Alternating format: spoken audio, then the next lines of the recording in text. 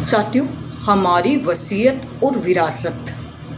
पंडित श्रीराम शर्मा आचार्य जी द्वारा लिखित इस साहित्य को जब मैंने पढ़ा तो उसमें पाया कि उनका एक जन्म संत कबीर दास जी के रूप में ही हुआ था। अतः जिज्ञासा बढ़ी और दोनों युग पुरुषों की जीवनी का स्वाध्याय अध्ययन करके जो पाया वो मैं प्रस्तुत कर रही हूँ।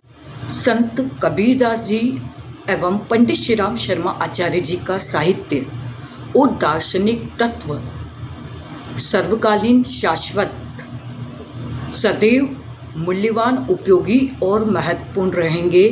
कबीर जी जहाँ 15वीं शताब्दी के संत हैं, वहीं पंडित श्रीराम शर्मा आचार्य जी 20वीं शताब्दी के प्रखर पुरुष रहे। दोनों ही संतों ने अपने अपने युग की समस्याओं के समाधान के लिए युग अनुरूप नई चिंतन शैली दी। संत कबीर जी और पंडित श्रीराम शर्मा आचार्य जी का कार्य द्विपक्षीय रहा है।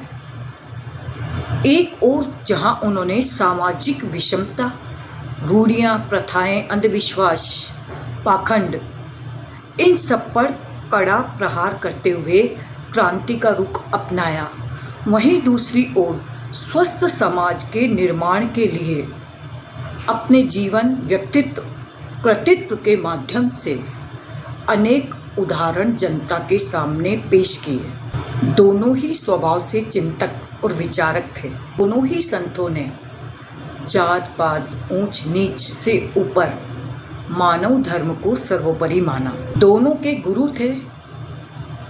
दोनों ने गृहस्थ जीवन जीकर ही आदर्श प्रस्तुत किया और दोनों की शिक्षा अल्प रही। दोनों को अनेक भाषाओं का ज्ञान था। जहां पंडित श्रीराम शर्मा आचार्य जी ने अपने ओजस्वी वाणी और साहित्य के माध्यम से समाज को झकझोरा, वहीं कबीर जी ने अपने दोहे और अपनी अंतर्मन की वाणी के माध्यम से दोनों ही संतों में बचपन से ही लोक मंगल की दृष्टि छिपी हुई थी। दया भाव, सेवा, करुणा, धर्म के प्रति आस्था और सामाजिक सुधार की एक पीड़ा। इसीलिए उन्होंने वासुदेव कुटुंबकम, पूरी पृथ्वी एक परिवार, कुशल चिकित्सक की आवश्यकता है, मतलब सद्गुरु की आवश्यकता है। आज वर्तमान युग में दोनों संतों की वो शिक्षा, पूरी दुनिया धन के पीछे भाग रही है। एन केन प्रकारेण किसी भी तरीके से धन कमाना।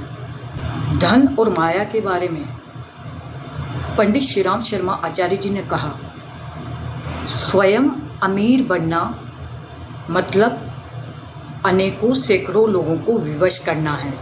इसी तरीके से संत कबीर दास जी ने कहा, मन लागो मेरो यार फकीरी में, मतलब दोनों का मत था कि साईं इतना दीजिए जामे कुटुंब समाए।